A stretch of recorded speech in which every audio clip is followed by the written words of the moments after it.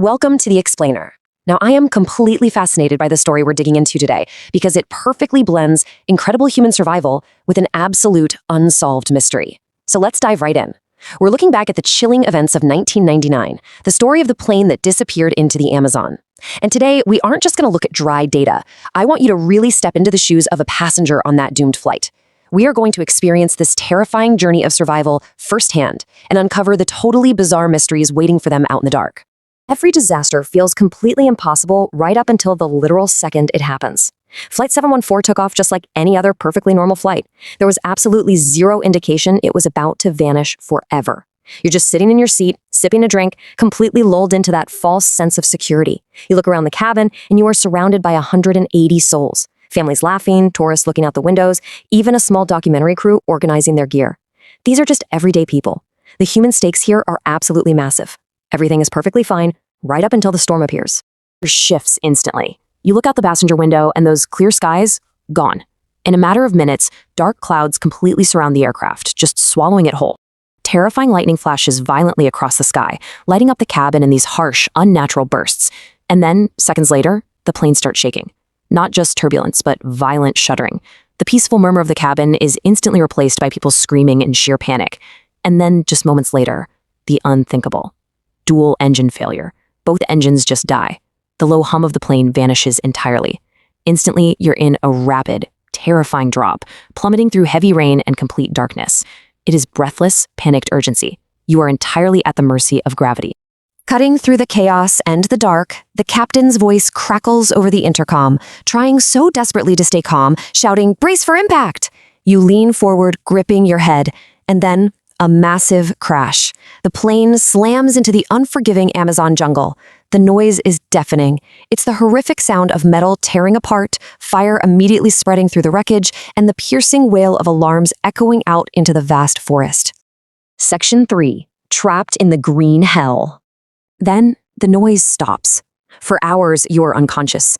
When you finally, slowly open your eyes, the violent chaos is gone, replaced by this hushed, totally disorienting shock. You pull yourself from the wreckage, and you're surrounded by twisted metal and the deafening, heavy silence of the deep Amazon. There are no rescue teams, no communication. You're utterly, entirely alone. Nobody is coming to help you. The survivors start searching the wreckage, desperately looking for food and supplies, while trying to tend to badly injured passengers. And as you look around, all you can see is endless, unforgiving jungle stretching out in absolutely every direction. It is just a feeling of absolute, crushing hopelessness. As the days pass, the environment itself quickly becomes a living nightmare. The dangers are escalating and closing in fast. You literally have to watch every single step you take because venomous snakes are hidden beneath the thick leaves. Massive insects cover the trunks of the trees, and heavy, relentless rain continuously floods the ground right beneath your feet. So you aren't just waiting around for rescue. You are actively fighting the environment every second just to stay alive. But here's the thing, the natural horrors of the jungle were only the beginning. Things quickly transition from simple survival to a deep, creeping dread. As you and the other survivors venture further into the dark, damp undergrowth looking for high ground or shelter, you stumble upon something that completely defies logic. Ancient, forgotten, impossible. You brush aside vines and thick leaves, and standing right there in the deep Amazon are old, abandoned structures, hidden beneath the jungle canopy. One of the survivors runs their hand along the cold stone and finds strange, totally unidentifiable markings etched right into the walls. It doesn't make any sense. These ruins absolutely should not be here.